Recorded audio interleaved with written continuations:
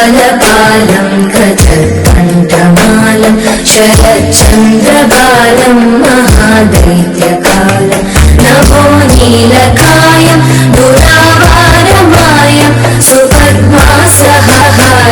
भजेऽहं भजेऽहम् सदाम्बोधिवासं कलपुष्पहासं जगत्सन्निवासं शतादिव्यकासं गदाचक्रशस्त्रं लसत्पीतवस्त्रं हसच्चारुवक्त्रं भजे